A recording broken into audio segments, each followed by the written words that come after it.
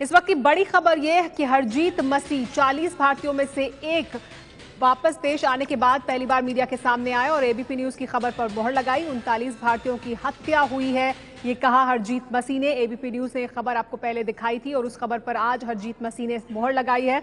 39 भारतीयों की हत्या का गवाह हरजीत मसीह सामने आया है, मीडिया से बात की है और एबीपी न्यूज ने जो खबर दिखाई थी उस खबर पर मोहर लगाई है। हरजीत मसीह ने दोहराया है किस तरह से 39 भारतीयों की हत्या की आईएस ने। ये कहना है हरजीत मसीह का, सामने आकर उसने ये बात बताई। हरजीत मसीह ही एकमात्र भारतीय है जो 40 भारतीयों में से बचा था। उसका ये दावा है कि उसके साथ जो बाकी 39 भारतीय थे उन्हें आईएस ने मार गिराया। एबीपी न्यूज पहले ये खबर दिखा चुका है। एबीपी न्यूज ने जब खबर दिखाई थी तो संसद में इस पर चर्चा भी हुई थी। क्या कहा लेकिन हरजीत मसीह ने आज अपने बयान में, सुनिए। उन्होंने हमें नीचे बिठा दिया। जब नीचे बिठाया और उन्होंने हमारे पीछे खड़े हुए और हमें शूट कर दिया। जब शूट किया हमें तो कुछ आदमी इधर थे, कुछ मेरे इधर थे और मैं बीच में था। जब उन्होंने जहां से शूट किया और जो मेरे इस तरफ आदमी थे वो सभी नीचे लेट गए। जब नीचे लेटे तो मैं देखा वो लेटे और मैं भी नीचे लेट गया। अब मुझे नहीं पता चला भी उन्होंने जब गोली शुरू की ना और एक आदमी जो मेरे पास था उसको गोली लगी, उसकी जो जी लात टांग मेरी पीठ पे आ गई। पीठ पे मैं वहां पड़ा रहा नीचे और उन्होंने सभी को गोली चला के खत्म कर दिया। फिर जब मैं वहां पड़ा रहा 10-15 मिनट में वहां पड़ा रहा, मैंने नहीं देखा भी कौन गया है कौन आया है। मैं वहां पड़ा रहा, जब मैं उठ के देखा तो सभी मेरे आदमी वहां पड़े थे। ये सरकार किसी भी तरह की कोशिश में कोई कमी नहीं रख रही और ये जो 8वां सोर्स आया है इसने तो मेरा हौसला बहुत बढ़ाया है और हम लोग लगे हुए हैं जल्दी से जल्दी कोई सबूत हमें मिल जाए जो सबूत हम इन परिवारों को दे सकें और उसके बाद उनको वापस भी ला सकें। लेकिन चूंकि हरजीत मसीह ने ये बात हर जगह फैला दी और अब वो हमारी प्रोटेक्शन छोड़कर भी चला गया। अभी तक हमने उसको प्रोटेक्टिव कस्टडी में रखा हुआ था, डिटेंशन में नहीं था, प्रोटेक्शन में था। डिटेंशन तो होता है कि आप किसी की स्वतंत्रता हर लें और कैद में रखें। हमने उसको प्रोटेक्शन दे रखी थी लेकिन अब वो अपने आप ही हमारी प्रोटेक्शन छोड़ के भी चला गया। तो मैंने कहा हो सकता है वो ये बात स्वयं भी आप लोगों से कहे, लेकिन इस पर यकीन करने का कोई मतलब नहीं है, क्योंकि यकीन करने का मतलब है तलाश छोड़ देना और हाथ पर हाथ रखकर बैठ जाना। मैं बिल्कुल वो नहीं करूंगी, मैं अपनी तलाश जारी रखूंगी और हर दिन जब एक नया सोर्स जुड़ता है तो मेरा हौसला और बढ़ता है और इस 8वें सोर्स के कारण जैसे मैंने कहा मेरा हौसला बहुत बढ़ा है। तो इन सबको मैंने बताया है कि भगवान पर भरोसा रखो और सरकार पर भरोसा रखो। भगवान के सामने अरदास करो और सरकार को अपना काम करने दो। तो इस वक्त की बड़ी खबर यह कि 39 भारतीयों की हत्या का गवाह हरजीत मसीह सामने आया है और हरजीत मसीह ने सामने आने के बाद एबीपी न्यूज की खबर पर मोहर लगाई है। जो खबर हमने आपको 2 बांग्लादेशियों के हवाले से दिखाई थी, हमने बताया था किस तरह से 39 भारतीयों की हत्या की गई, ये दावा किया था उन बांग्लादेशियों ने। अब हरजीत मसीह ने भी सामने आने के बाद वही बात दोहराई है, एबीपी न्यूज की खबर पर मोहर लगाई है, बताया है किस तरह से उसके साथ जो बाकी के 39 भारतीय थे उनकी हत्या की गई। लेकिन सरकार यकीन नहीं कर रही है। विदेश मंत्री सुषमा स्वराज ने साफ तौर पर कहा कि उन्हें हरजीत मसीह के बयान का यकीन नहीं है। उनका यह कहना है कि एक तरफ सिर्फ एक हरजीत मसीह है जो इस बात का बार बार दावा कर रहा है कि 39 भारतीयों को मार गिराया गया, लेकिन विदेश मंत्री सुषमा स्वराज का यह कहना कि उनके पास इसके उलट 8 सोर्स हैं जो इस बात का यकीन दिला रहे हैं कि 39 भारतीयों जो हैं वो जिंदा हैं और उनके बारे में जल्दी कोई सुराग मिलेगा। लेकिन बड़े सवाल कई उठते हैं इस पूरे घटनाक्रम से कि 6 महीने बाद भी सरकार का बयान जस का तस कायम है और सबूत के तौर पर अभी तक कुछ भी सामने नहीं आया है उन परिवारों के कि अगर वो जिंदा हैं तो क्या सबूत है इस बात का। लेकिन हरजीत मसीह सामने आया है और उसने एबीपी न्यूज की खबर पर मोहर भी लगाई है। एक बार फिर से सुनिए क्या कहा हरजीत मसीह ने। पहले दिन सर ऐसा हुआ कि हम कंपनी में काम कर रहे थे तो फिर अचानक कैसे हुआ कि वहाँ थोड़ा गड़बड़ हो गई। थोड़ी गड़बड़ हुई कि हमें लगा कि जहाँ कोई गड़बड़ है तो हमने सभी को पूछा जो वहाँ काम करते थे कंपनी में, उनको पूछा भी जहाँ क्या हो रहा है। वो बोले कि बस कुछ नहीं है, बस ऐसे ही है, तो 1-2 दिन में वो ख़त्म हो जाएगा। तो ऐसे हम चलो काम छोड़ दिया, हम अपने रूम में बैठ गए ऐसे। तो वो सभी कंपनी वाले वहाँ से भाग गए और हम ही वहाँ हम रह गए, हम और बांग्लादेशी लोग वहाँ कंपनी में रह गए। फिर क्या हुआ, 2-3 दिन बाद वो हमारी कंपनी के पास आ गए ISIS। उन्होंने क्या किया, हमें हमारी कंपनी में आके हमें किडनैप कर लिया। फिर उन्होंने हम किडनैप करके ले गए। वो बोले तो पहले तो हमारे पास आए, वो हमें बोले तुम्हें कुछ नहीं होगा, तुम्हें हम सेफ तुम्हारे देश में पहुंचा देंगे। तो हमने सोचा चलो ठीक है, मिले। फिर वो उनको पता नहीं क्या हुआ, शाम को फिर वो हमारे पास आए, हमारे रूम में आए, हमको बोलो अभी रात 8-9 का टाइम था। वो मुझे बोले, हमको बोले कि अभी तुम सभी तैयार हो जाओ, तुम्हें तुम्हारे देश में छोड़ के आना है। तो हमने सोचा चलो इनके साथ चले जाते हैं। हम सभी तैयार हुए और उनके पास बैठ गए, साथ बैठे अपनी गाड़ी में बिठा के हमें ले गए वहाँ से। फिर वो बोले कि अब तुम्हारा कामा लगेगा, वापस जाने के लिए वीज़ा लगेगा आपका कोई। तो हमने बोला ठीक है, हम उनके पास बैठे। उन्होंने हमें एक बिल्डिंग में लेके जा खड़ा कर दिया। जब हम वहाँ खड़े हुए तो वहाँ से ऊपर से हम पर हमला हुआ। 2 लॉन्चर हमारे ऊपर आ गिरे, लेकिन हम वहाँ से भागे। जब भागे तो वो भी हमारे साथ ही भागे, ISIS वाले। उन्होंने क्या किया, हमारी लाइन ऐसे बना दी कि हम आपको खतरा है, आप एक लाइन बनाओ और आपको सेफ जगह ले चलते हैं। हमें और रात को ही लेके ऐसे ही चलते रहे। उन्होंने हमारी लाइन बनाई तो लाइन बना के हमें वो लेके चलते रहे। फिर उन्होंने क्या किया, एक इसमें बांग्लादेशी भी आपके साथ थे? जी साथ थे, बांग्लादेशी भी हमारे साथ थे और हम भी थे। इंडियन और बांग्लादेशी थे, 40 इंडियन थे और 50 बांग्लादेशी थे। तो उन्होंने हमें जाके एक सेफ जगह में रख दिया और हमें बोले आप जहाँ बैठो, आपको कोई खतरा नहीं है, सुबह आपका कामा लगेगा तो फिर आप अपने देश जा सकते हो। तो हमने सोचा चलो ठीक है, हम उनका इंतजार किया। वो बोला 3 बजे आपको पासपोर्ट मिलेंगे, 4 बजे मिलेंगे। ऐसे करते करते हमारी सारी रात ही गुजर गई वहाँ ही। फिर क्या हुआ, सुबह हमने उसको पूछा कि हमारे पासपोर्ट कहाँ है, हमें भेज दो जहाँ से हमें खतरा है। फिर वो हमें बोले आपके पासपोर्ट आ रहे हैं, आपके पासपोर्ट ज़्यादा है, अभी थोड़ा टाइम लग रहा है, थोड़ी देर रुको, फिर आपको पासपोर्ट आपके मिल जाएंगे। ऐसे करते करते एक दिन तो उन्होंने हमारा वहाँ ही निकाल दिया। फिर उन्होंने ऐसे बोला कि आप बैठो, अगले दिन शाम को 4 बजे तो बैठो, आपको छोड़ के आ रहे हैं।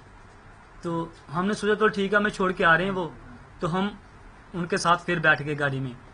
शाम को फिर हमें वो ले गए दूसरी जगह। जब खड़ा तो उन्होंने बोला आप जहाँ रुको, अभी तुम्हारे पासपोर्ट में थोड़ी प्रॉब्लम है, उसको सॉल्व करके फिर आपको हम पहुँचा देंगे। फिर उन्होंने हमें दूसरी जगह में रख दिया और किसी और ग्रुप को दे दिया, हमें ग्रुप चेंज हो गया उनका।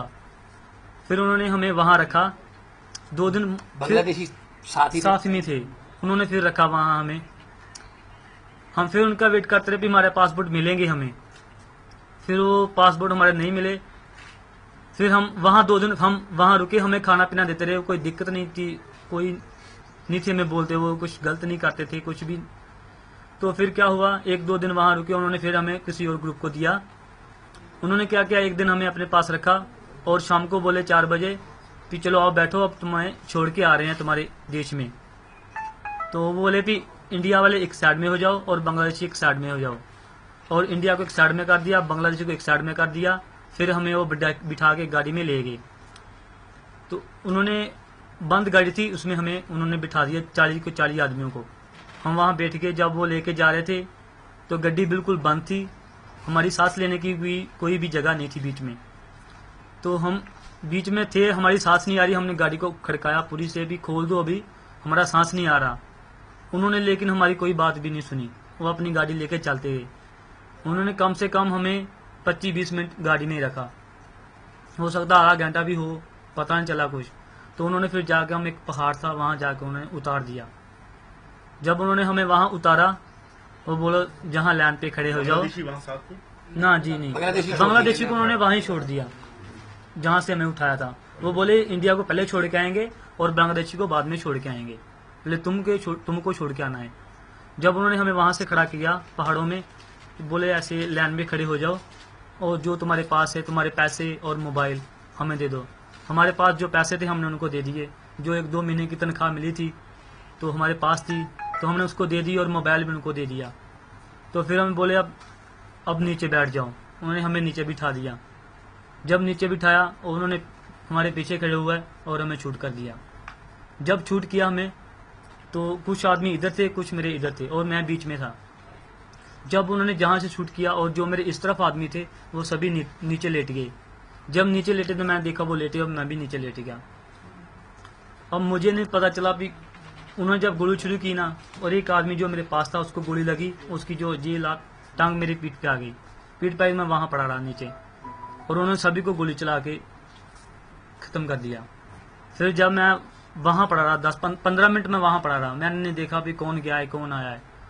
मैं वहाँ पड़ा रहा, जब मैं उठ के देखा तो सभी मेरे आदमी वहाँ पड़े थे। कोई उनमें से जख्मी या कोई ऐसा नहीं था? मैं नहीं, मुझे भी आप क्या बताऊं, जब ऐसा मैंने देखा परिस्थिति तो मुझे कुछ भी समझ में नहीं आया भी मैं क्या करूं क्या नहीं। कितनी देर फायरिंग होती रही? कम से कम 2-3 मिनट तो हुई थी। टोटल कितने लोग थे? 40 आदमी थे। कहने का मतलब है कि अब जो आपके साथ लोग थे वो इस दुनिया में नहीं है, वो सब फायरिंग में उनकी मौत हो चुकी है? जी सर, मैं तो यही है कि हो सकता है जैसे मैं बच गया हूँ, कोई और भी बचा हो सकता है। हाँ, हो सकता है, लेकिन उम्मीद तो यही है कि वो कोई भी नहीं बचा हो सकता है। 40 इंडियन थे, मोस्टली पंजाबी। फिर वहां से जब मैंने देखा, मैं आवाज दी कि चलो कोई होगा तो मेरे तरफ कोई पड़ा होगा तो उठ जाएगा। मैंने उनको बोला भी कोई है भाई। इसकी लात पर भी गोली लगी हुई है। जहाँ लगी थी वो क्रॉस करके चली गई, बस टच किया तो आपने आवाज दी वहाँ पे? जी, उनको मैंने आवाज दी। जो सभी तो मेरे फ्रेंड क्लोज थे सभी मेरे, उनके बीच में तो मैं ही छोटा था उनके, तो वो बहुत प्यार करते थे मुझे, तो सभी को मैंने आवाज दी। लेकिन इतनी मेरी हिम्मत नहीं पाई कि मैं अकेले को देखूं हिला के, तो मैंने बस आवाज दी, किसी ने आवाज नहीं दी तो मैं वहां से भागा। तो एबीपी न्यूज़ ने जब आपको खबर दिखाई थी तब हमने बांग्लादेशी जो दो थे जिनको कि हरजीत मसीह ने अपनी बात बताई थी, वो आपको खबर दिखाई थी और वही पूरी बात आज दोहरा रहा है मसीह। लेकिन मसीह की बात पर सरकार को यकीन नहीं है, क्योंकि विदेश मंत्री सुषमा स्वराज ने आज साफ कहा कि उनके पास 8 सोर्स हैं और हरजीत मसीह लगातार जो कह रहा है उस पर उन्हें यकीन नहीं है। उनके मुताबिक हरजीत मसीह झूठ बोल रहा है। 39 भारतीयों की तलाश जारी रखेगी भारत सरकार, ये कहना विदेश मंत्री का, क्योंकि उन्हें यकीन नहीं है हरजीत मसीह का। क्या कहा सुनिए।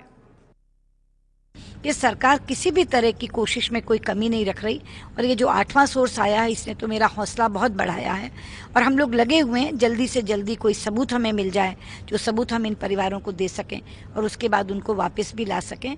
लेकिन चूंकि हरजीत मसीह ने ये बात हर जगह फैला दी और अब वो हमारी प्रोटेक्शन छोड़कर भी चला गया। अभी तक हमने उसको प्रोटेक्टिव कस्टडी में रखा हुआ था, डिटेंशन में नहीं था, प्रोटेक्शन में था। डिटेंशन तो होता है कि आप किसी की स्वतंत्रता हर लें और कैद में रखें, हमने उसको प्रोटेक्शन दे रखी थी, लेकिन अब वो अपने आप ही हमारी प्रोटेक्शन छोड़ के भी चला गया।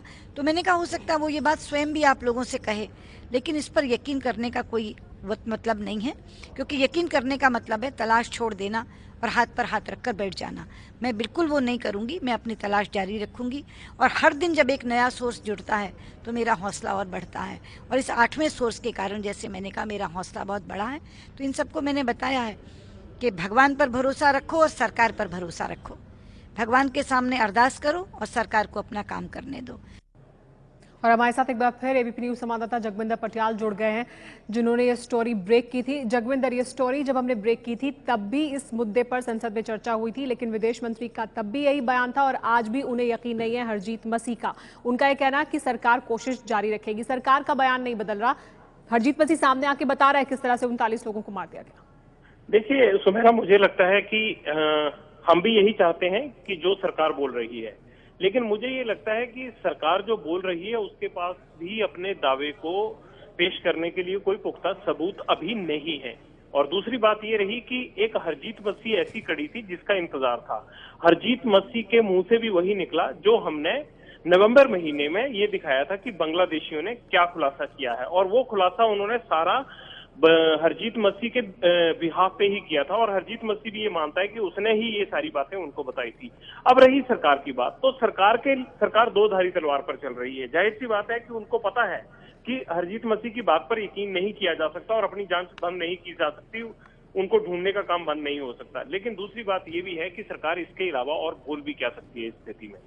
इसके अलावा उनके बोलने के लिए कुछ और है भी नहीं। वो यही कह सकते हैं कि हम कोशिश कर रहे हैं और उस कोशिश के जी हाँ, और कोई बदलाव नहीं आया है बयान में। विदेश मंत्रालय की तरफ से 6 महीने बाद भी वही बयान की कोशिश जारी रहेगी और हरजीत मसीह के बयान पर यकीन नहीं है विदेश मंत्री सुषमा स्वराज को।